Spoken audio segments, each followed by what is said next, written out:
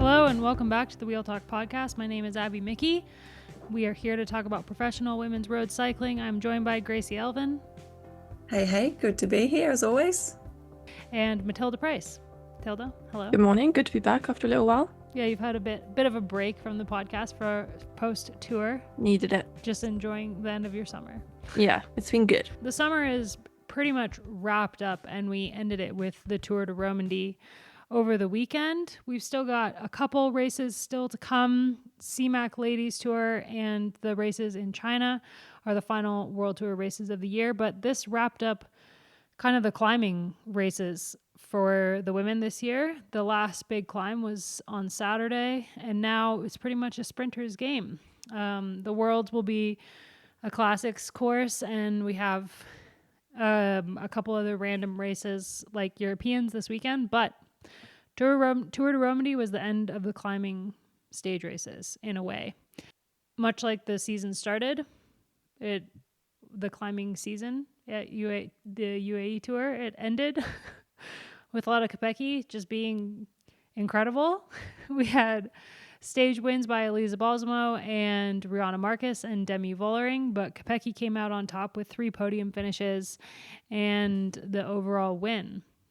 We're going to talk about that. We're going to talk about Ardèche, plus the last couple transfers that have come out in the last week. Let's start with Romandie. And yeah, Kopecky. I mean, we knew she could climb. We knew she was an amazing climber, but we hadn't seen her climb against Demi Vollering. And it came down to those two for the GC and for the second stage mountaintop finish. And Kopecky couldn't out-sprint Vollering on the line, but is arguably one of the better climbers in the peloton now. Yeah, I think maybe not surprising after this season that's been, but I love the interview with Demi Vollering after stage 2. It kind of still says it all in a way, not just about the team dynamics and tactics, but also like Demi just kind of being surprised again that Kopecky can climb so well on a longer, harder climb like that. So yeah, I think we're still a bit like, wow, even though she's done it a few times now, because it is impressive. And not really anyone is competing at that level across the board in lots of different qualities as a bike rider at the moment. So she's certainly the hot favorite going into the World Championships. And she said in her post-race interview, I think after stage 3, that she just came into Romandie as a bit of a form tester as well. So I don't think they were necessarily aiming for her to win it, but obviously her form's still quite good.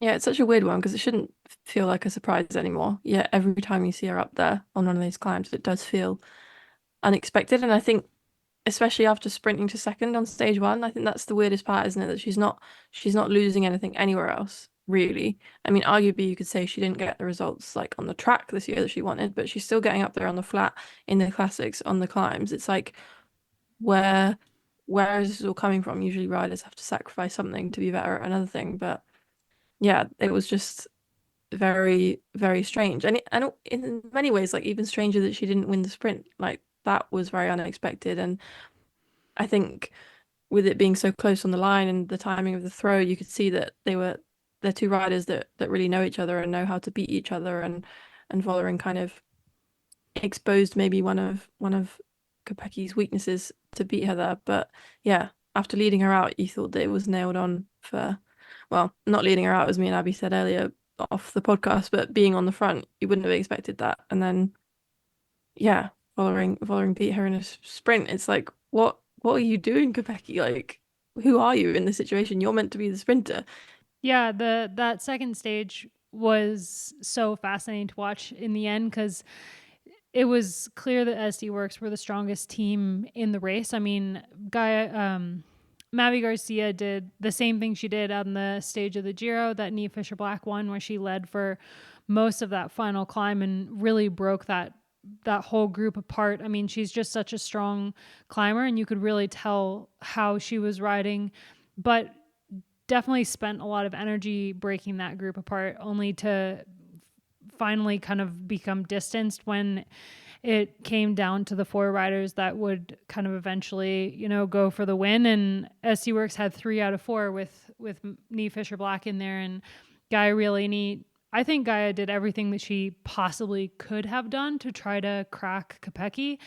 I think looking at those two when she was, up against Demi and Kopecky, the more likely one to crack was Kopecky in theory, because Gaia keeps hitting her on the climb, and at a certain point she's can't be a climber anymore. Like at a certain point she has to break, but it just didn't happen, and Gaia ended up cracking herself instead, and it came down to those two. And Demi said after the race that she tried really hard to drop Kopecky and she just couldn't do it. And I think Kopecky was suffering because she couldn't win that sprint, but just such an impressive ride from a woman who we kind of pegged as a sprinter like 2 years ago.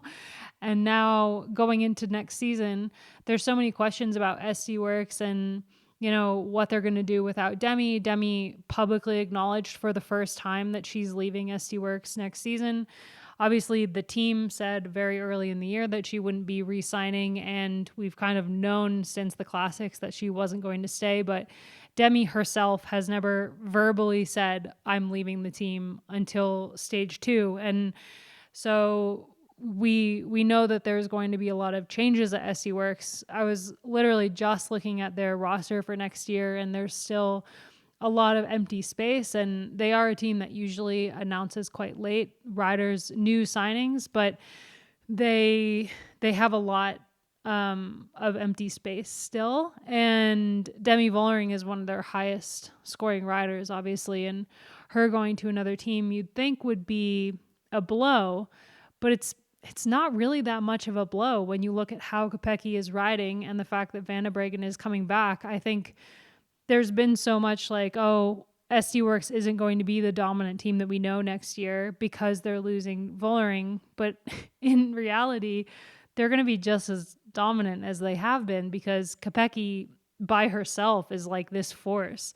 And then they still have Wiebes. They're going to get Van der Breggen back. So yeah, looking at next year and looking at how Kopecky rode all 3 of these stages, that team is just, for a team that has just god awful tactics and communication with each other, they're so good.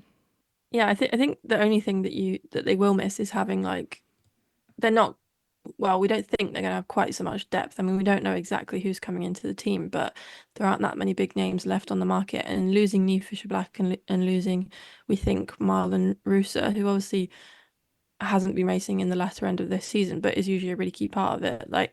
I can't imagine situations where we might see them with kind of 3 riders in the lead again. Like you can say Kopecky and Van der Breggen, but from the riders they have now, it's hard to imagine who could kind of fit in as that next option. Because right now they have a list of you go down their top 5 riders and you could all see them winning most of the races they started, and it's just whether they'll have that depth, which has been one of the kind of standout points, is not just getting the win, but getting a 1-2, getting a 1-2-3, things like that. And I think that's where we might see a bit of a shift. But at the end of the day, really what matters is winning. And if you're doing that by having kind of younger, slightly less experienced riders supporting you in different places, and then a more concentrated strategy in the final in one rider, you still get the same result at the end of the day.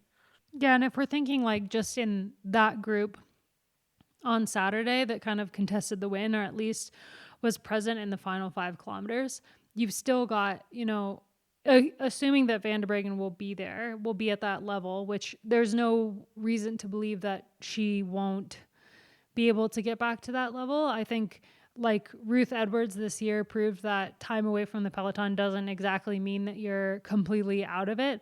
And Van der Breggen, her riders have said that she's just as strong as when she was racing when they're riding with her. So I think, assuming she is in that group, you've got 2 SC Works with her and Kopecky. You've got 2 Little Trek with Gaia and Niamh, and then you would assume you'd have 2 FDJ with, the rumors that Vollering going to FDJ, which haven't been confirmed yet, and Avita Music, who crashed in the lead up to that climb, and so she wasn't there when that group kind of formed.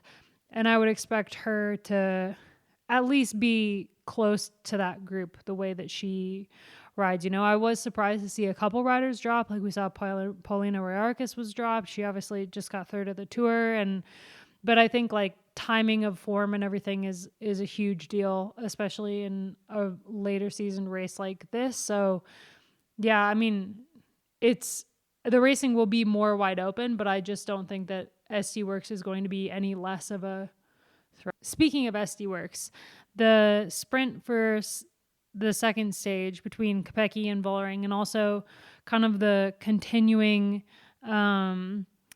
dilemma around SD Worx tactics and kind of the way that they race.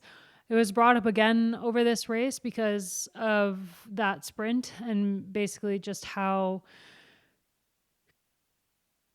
it came down to the two riders that are on the same team that were seemingly, clearly racing against each other. And I saw some comments online about SD Worx drama, and I actually don't think that there was that much drama for this race compared to races that we've seen, all year, races in the classics and obviously the Tour and stuff. Like both Vollering and Kopecky said after the second stage that why wouldn't they race each other in that situation? They obviously both want to win, but why wouldn't they sprint against each other for those points and also for the stage?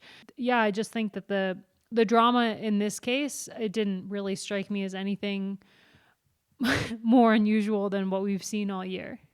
No, I don't think the in-racing drama was anything different than what we've seen before. But yeah, touching back onto that post-race interview from Vollering after stage 2, you could just tell from her tone of voice, and even some of the words she said were quite clear in that more looking forward to the next stage. She wasn't sure if they would race for her or not. And just her wording was like, it's not the team anymore, it's them. She used the word they, and it just felt really like disconnected way more than it ever has. So I think that was like a pretty big giveaway that things haven't been, a-okay over in that camp. She's been very professional in the way that she's spoken about the team all season long, even when we've known for months and months that she's leaving the team. And even with everything that happened at the Tour, she's always been, part of SD Worx and conducted herself that way. But this was really the first time that we saw her like kind of separate herself from the team and talk about herself versus the team and herself versus Kopecky, which was pretty interesting. Yeah, I do get the sense that since the Tour, she has kind of had one foot out the door, and it,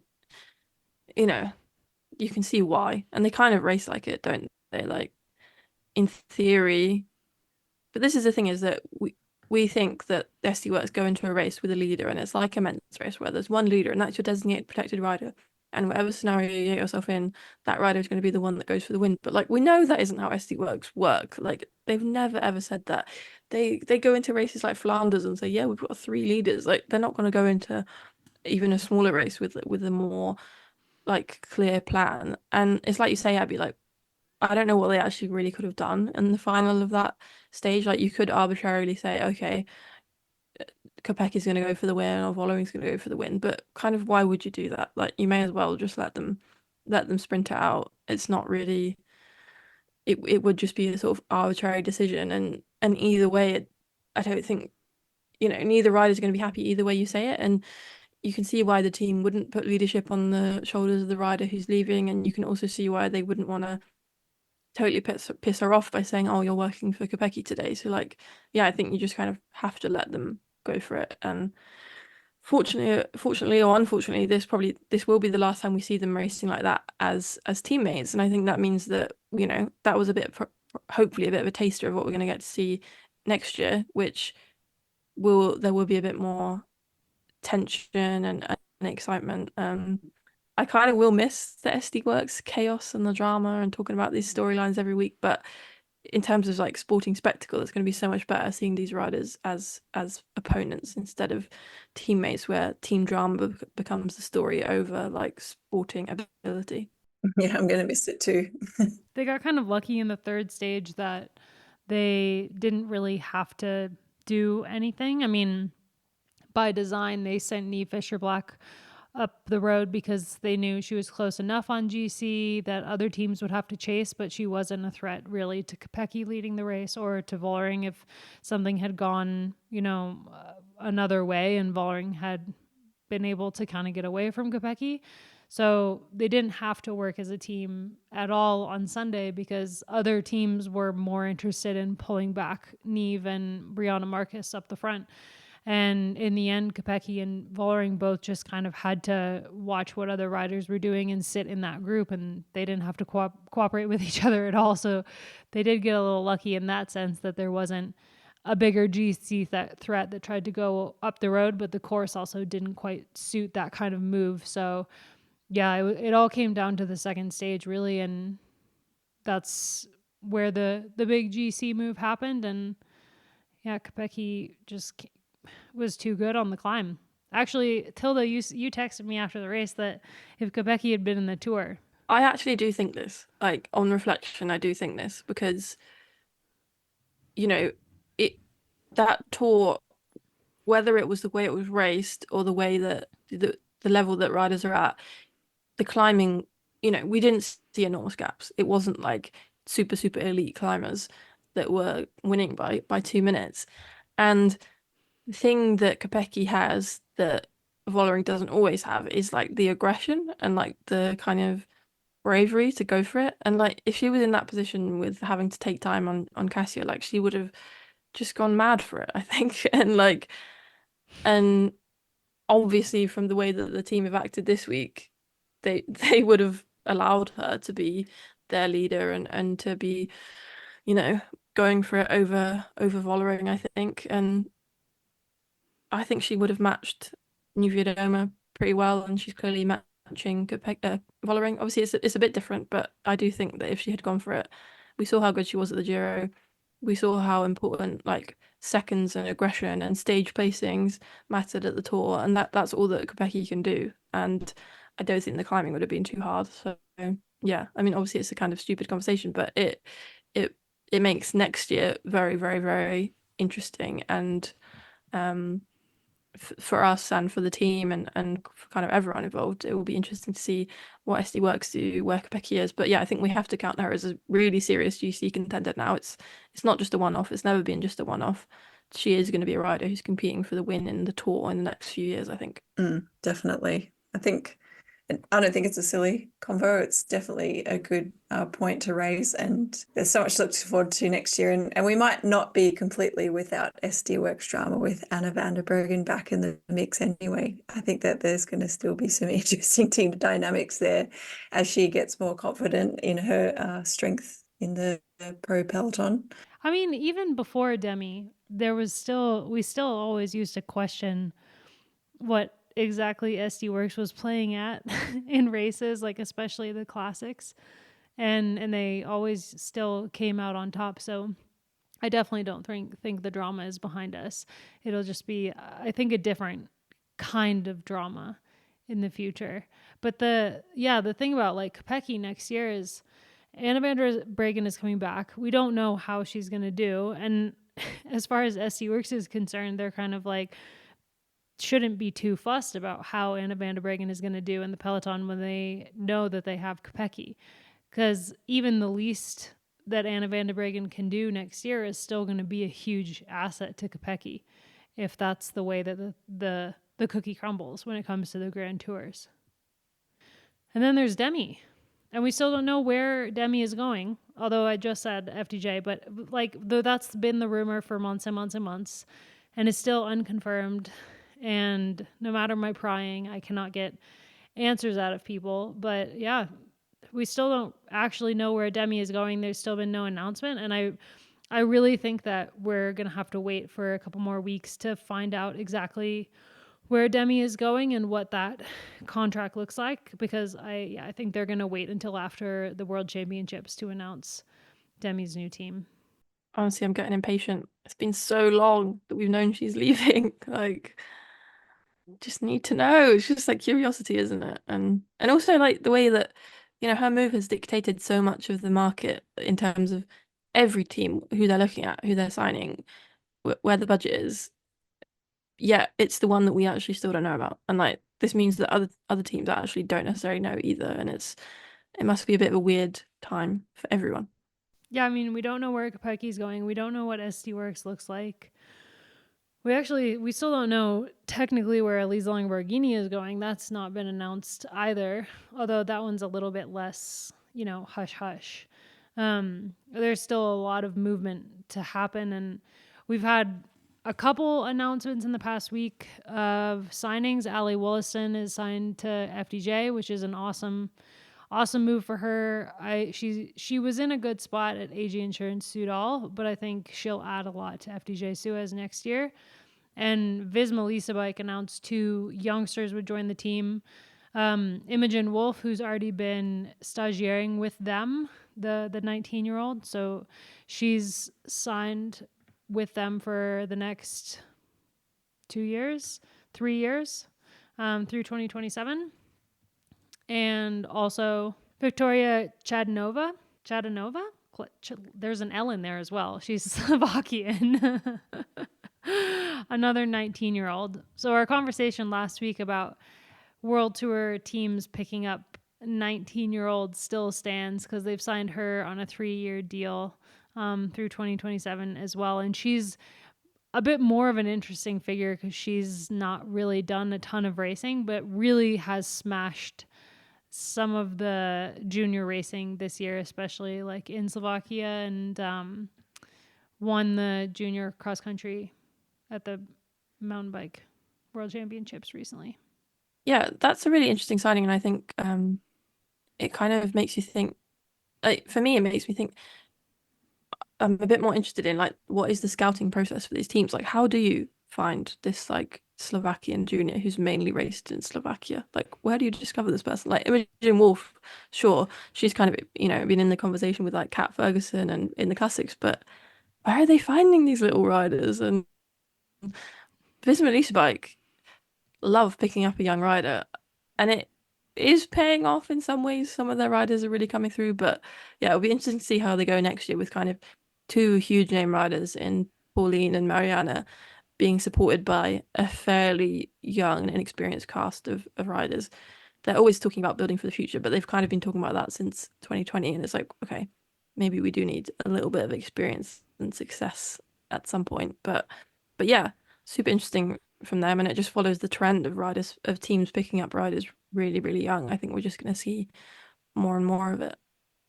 Elsewhere in Tour de Romandie, we had a stage win from Elisa Balsamo, her first win since her crash at Volta a Burgos that kind of derailed her entire season. And while there wasn't a ton of strong sprinters in the race, it was still really good to see her take a win after everything she's gone through this season, with the crash at Burgos and then coming back to the Giro and having to abandon early.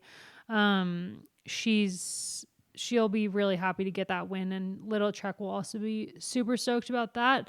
And it's also going into the later half of the last few races of the year, which will really suit her. I mean, I think her win, even if it wasn't against the top sprinters in the peloton, I mean, she still outsprinted Kopecky. And going into CMAC Ladies Tour, I think we're going to see a pretty good battle between her and Kuhl and Wiebes, I hope.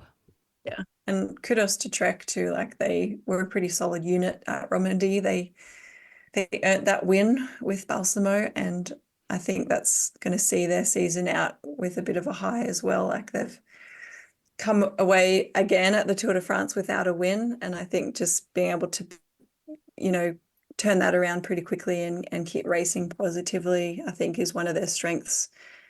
They're still chasing that elusive tour win that I'm sure they'll get eventually, but yeah, very cool to see them on the front a lot at Romandie and getting rewarded for their good teamwork.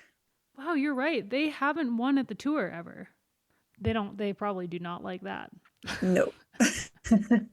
Management is probably not happy about that. And then they do get a win and they have to wear an Aldi leaders jersey. It's not ideal, is it? Uh, sponsors are upset, management's upset. No, I mean they raced really well, not only with Balsamo's win, but also setting up Gaia to do the best that she could on the second stage, and she really did that. And I think going into next year, knowing that they have some exciting new signings coming that we've already talked about, but then we saw two of their signings on the attack on the third stage with Neve and Rihanna Marcus both up the road. No matter who won that stage, it was going to be a future Little Trek rider, and Rihanna Marcus was able to take it over Neve Fisher-Black. But I think kind of looking at what Gaia can do and the riders that they are picking up, they've got an even spread of like GC potential and also classics potential. And so they've not won a tour stage just yet, and they will definitely have to figure out how to work with the cards that they have in order to win one next year. But I think that they will be feeling pretty good about the end of the season, and also looking ahead to next year, knowing that, they've picked up Neve and also Rihanna Marcus, who proves herself time and time again. I mean, she's a rider that I don't think we talk about all that often, and she's a GC, she has GC potential, but she's not like been an out and out GC favorite yet. Obviously she finished second at the Vuelta, so she can finish on the podium of a Grand Tour, but she's still flown under the radar a bit because she's made that transition from being like a domestique who mostly rode for Voss to being an incredible time trialist to being now like within the GC conversation. But she wins a World Tour stage of something almost every year. And she waited late for this one this year. But yeah, I think Little Trek should be pretty happy about next year. And obviously Visma Leasebike ended the race on a high after being pretty much invisible for the first two stages. It was hard to know who to go for in that break of two. I wanted both of them to win, but it was cool to see Marcus take the win because she doesn't win that often, probably, like you said, once a year or so. But, she is very much underrated for how talented she is. So, and I think we're going to see a lot more from Neve Fisher-Black, but it must be funny to be in a breakaway with someone that you're going to be teammates with next year. I wonder if they had any chats, what they were talking about. Talking about team camp already. Yeah. Yeah, it was a good one. I mean, it was still really close. Like they had a pretty decent gap and they were holding it for a long time. I really didn't think it was going to come down to those two for the win until we kind of hit 10K to go. And the gap was still pretty decent. But there wasn't really an organized chase behind. We just had like attacks from various different teams. DSM, Firmenich, PostNL was trying to send riders up the road, but then every time that failed, they brought someone back, it would kind of stall. And then, yeah, it was that classic thing where no one wants to chase until it's too late. And then we saw, FDJ and AG Insurance, we had teams on the front trying really hard to pull that back, and it was just too late. But it was a good bike race on the third stage, I thought. Minus the crash at the end, which you never want to see. I think in general it was a really good race. I think Romandie is becoming like one of my favorite races, really. Like it comes at a good point in the season where like I don't think it's unfair to say that excitement can wane a little bit after the Tour de France, but Romandie always delivers like a cool course. You have riders, maybe not always the top riders, but you always have riders there that are looking for something. I remember like Ashley winning that stage against Van Vleuten was one of the most memorable stages of recent years. And these short races like this and Tour de Suisse really show how much you can pack like a little bit of everything into a really short stage. And compared to like Ride London earlier in the year where it's carbon copy the same day every day, I think these really sell the kind of shorter stage races really well. And I really like watching them, and I hope they keep people kind of engaged later in the season. And yeah, the organizers always do a really good job of a kind of varied and exciting course that always attracts riders who are ready to race. Yeah, I agree. We had a sprint stage on the first stage, a mountain stage on the second stage, and then kind of a toss up on the third stage. And it was fantastic. And definitely, showed a lot of riders in form coming into the World. Obviously, Kopecky is the out and out favorite to retain her title coming up in Zurich, but the course in Zurich is relatively similar to the third stage, like pretty hilly without huge climbs, but short punchy climbs, and then it ends on top of one of those. And I think there are multiple riders that were at Romandie who will be targeting worlds, like Noemi Ruig as well was racing for the Swiss national team in Romandie, and she rides for EF normally, but she surprised me actually. She rode really well over the 3 stages, and riders like that will be coming into Worlds to try to shake things up, and you never really know what's going to happen at the World Championships. I mean, last year we had Christina Schweinberger ride really well in both the time trial and the road race and kind of surprise everyone with her performances. And you never know who is going to kind of turn out for the World Championship. So I think Romandie is a really great prelim to Worlds in a way. And obviously there are riders that will be turning up to Worlds with high ambitions, like Elise Lange-Borghini, who unfortunately got sick before Romandie, so she wasn't able to race. But yeah, I think it was a great kind of intro to maybe riders to watch before the World Championships. And that's still a couple weeks away. We have the Europeans this weekend before we get there. But yeah, Kopeck's still looking like the one to beat. Yeah, the season-long form. I was definitely thinking that watching Romandie, like you'd really want to be putting your name on the list in your team to like get picked to go to that race if you are targeting Worlds. Not necessarily because it's going to be like a carbon copy of the Worlds race, but like just to get a bit of the flavor of those roads. Like every country's roads are different, and like I don't know, just to get a sense of the place, the roads, the way they're cambered, like all of that stuff. I feel like it's small things, but I think if you really are taking World Championships seriously and trying to build the perfect lead into the World Championships, I'd say that race would be high on the agenda for a lot of riders in their prep, both physically and mentally. So yeah, I know that I would have liked to have raced Romandie if I was racing Worlds, just to get that feel of that different country roads, all the road furniture, all that stuff. I think just to get like your head in the game. Yeah, that's a really good point, because every country is different when it comes to layout, and to spend 3 days racing in a country before the Worlds, I mean, that's not something that you can do every season. Obviously, no one got to do that for Glasgow last year, and no one's going to do that for Rwanda next year. So a really cool opportunity for those riders. And they have the Europeans are in Limburg coming up this weekend, so that should be a good test as well before the Worlds. The TT is probably going to be one of the things that I'm most excited to see how that goes with, Ellen van Dijk looked on pretty good form at Romandie. She did a lot of teamwork, and she's coming into the Europeans after a pretty disappointing Olympic campaign. And then you've got, Rihanna Marcus, who took the Dutch title whilst Ellen was out. A bunch of other riders that I just can't wait to see how they do at the European TT, but also the road race. We obviously had that really fun Dutch drama last year between Misha Bredewald winning the race with her breakaway, and whether or not that was part of the team plan. I think Wiebes has a pretty good chance of taking the title this year, but it's still just it's always such a good race. Yeah, Balsamo hopefully as well will be in contention for that, and they've got, as usual, an enormous team. I think they have 12 riders in the Euros, so yeah, that should be a good one. It's always a race that like I forget about what's happening, and then it kind of comes around. You're like, oh, okay. But yeah, always a good one, and I think it is good to have the kind of shakeout of like teamwork before Worlds as well. Obviously, slightly different lineups, but yeah.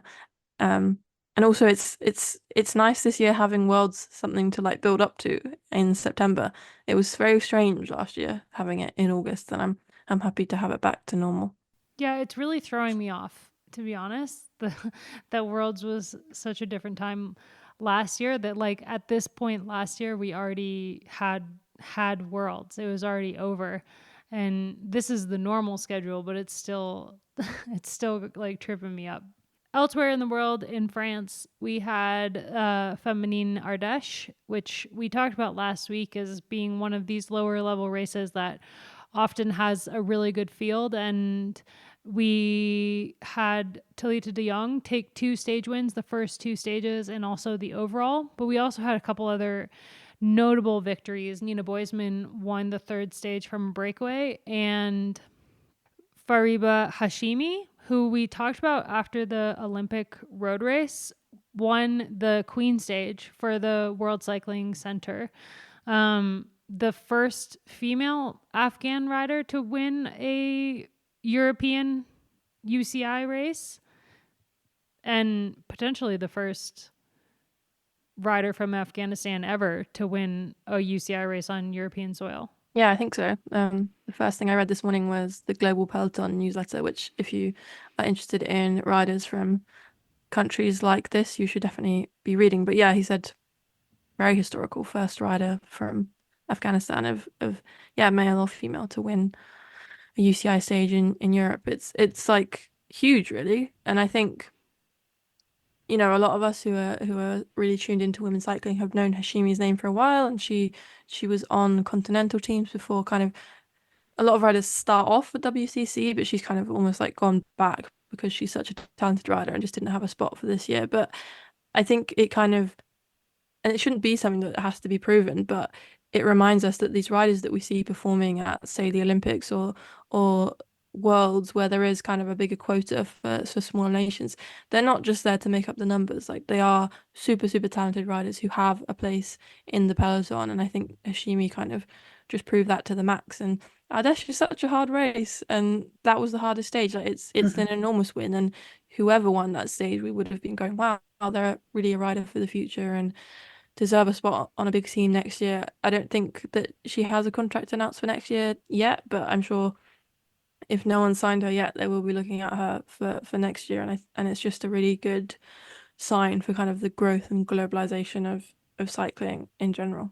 Yeah, and she's it's not her first it's her first win of the year and the second win of her career. She also won the national championships back in 2022, but it's not the first notable result for her. She finished top 5 at 2 stages of Giro Mediterraneo in Rosa, and she also finished 8th overall at the Tour de Romandie like just recently. So she's kind of continuing to make marks, and yeah, I fully think this win at Ardèche, if she's not on people's radars, she will be now. And even if she doesn't get a big contract for next year, a pro team contract should be like coming into her inbox at any moment. And it's, you know, even if she was to sign for like the generation team or something like that, it's still a really cool thing in women's cycling that we have like the growing globalization of the peloton, and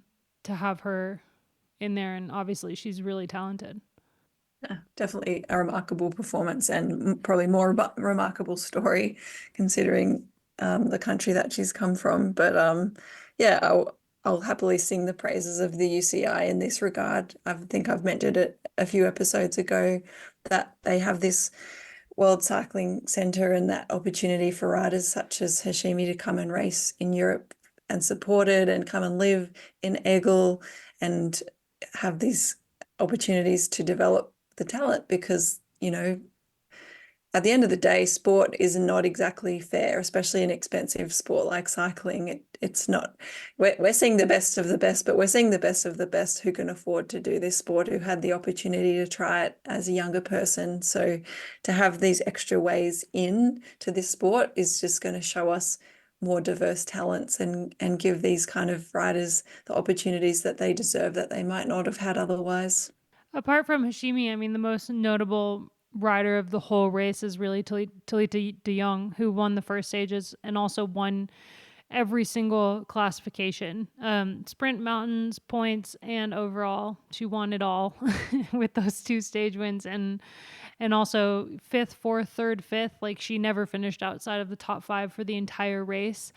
and she's 30 years old. She's been around the peloton for a long time. She's ridden on Rabo Live. She's been on, Live Racing. She's been on Belgian teams, and she's on Lotto Destiny now, but she's really having this resurgence this year. And we've talked about her already earlier in the season, and she's had some impressive results already, but just like wrapping up your year with winning every single jersey at Ardèche is got to feel pretty good when you've been in the sport this long and are not even on a world tour team this year.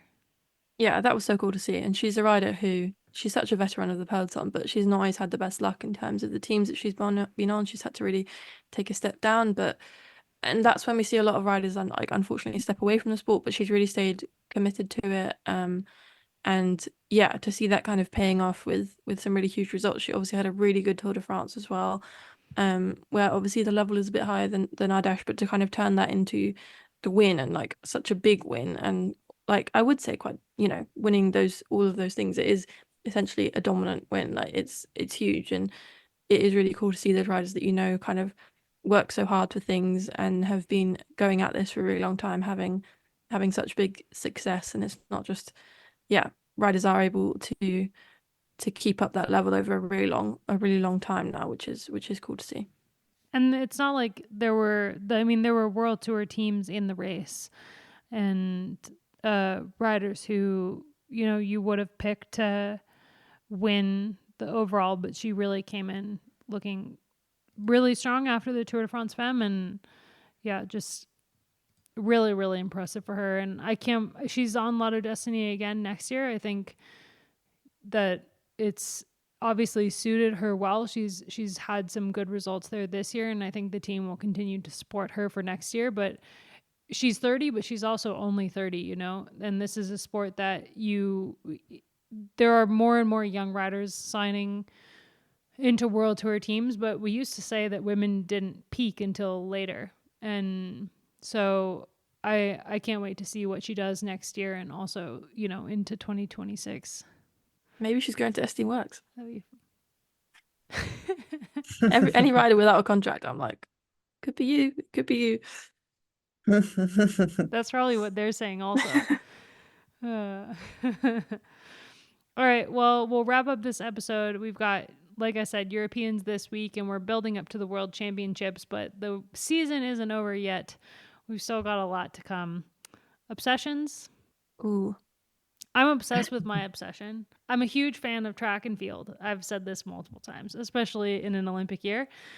But I was like really, really excited to watch Tara Davis-Woodhull in the long jump for the Olympics, and then was absolutely thrilled when she won. But even better was, her and her husband, they're like Instagram personalities kind of, but they also have this really cute story where they like met at a high school track meet, and they like are still together to this day. But he won gold in the para 400 meter race over the weekend, and I'm obsessed with that. Both of them with gold medals, and just their entire story and them in general. I've been obsessed with them for a really long time, but that they both were able to win gold this summer is just incredible. That's pretty cool. That's a pretty special kind of relationship, isn't it? And then to have gold as the cherry on top. Some fun Instagram videos are going to come out of that situation. You guys got any obsessions? Oh, I'm obsessed with getting enough sleep at the moment, but apart from that, I've been doing the beginner training program on Zwift, and I've never done like a proper selected a program on there before. I've just done like random workouts for fun and activations and stuff. So I was like, let's start at square one, because that's what you do after having a baby. And I've been really enjoying it, actually. It's like really motivating to just have something that you just start up, you press begin, and it's all done for you. And I'm all about it when you're trying to reduce the mental load from other stuff. So I'm obsessed with like slowly getting fit again. I'm not rushing it, but it's really fun to, be able to do that sometimes 2 or 3 times a week is pretty awesome. So I'm happy. I love that. I also did that after having Lila, the beginner, like starting from 0. And it was really, really fun. Yeah, love every that for session's you. different, and it's like not, yeah, it's like if I was a coach, I wouldn't set that program because like, there's certain methodology that works, but I love that every session's different, and because I don't have a goal except for just moving, it's just like perfect for me.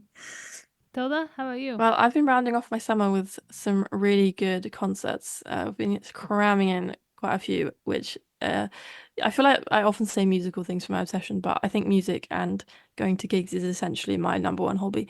So yeah, I was really lucky to see Maggie Rogers for the second time this last week in a pretty small venue in London, and she is just, if you haven't listened to her, like she is just one of the most talented artists out there at the moment, I think. And if you like your kind of female pop music, like you will really like her. And I just can't stop listening to her latest album, Don't Forget Me. It's just, yeah, really amazing, really nice vibes for kind of this time of year going into autumn. So I'm very obsessed with Maggie at the moment. Nice. That's a good one too. Man, we killed the obsessions this week. Happy for us. All right. We'll be back next week to talk about the Europeans and whatever else might come up. Who knows? Maybe we'll have a Demi Vollering team announcement, shockingly, in the next week. I'm not going to hold my breath, though. Hopefully everyone has a good week, and thanks so much for listening.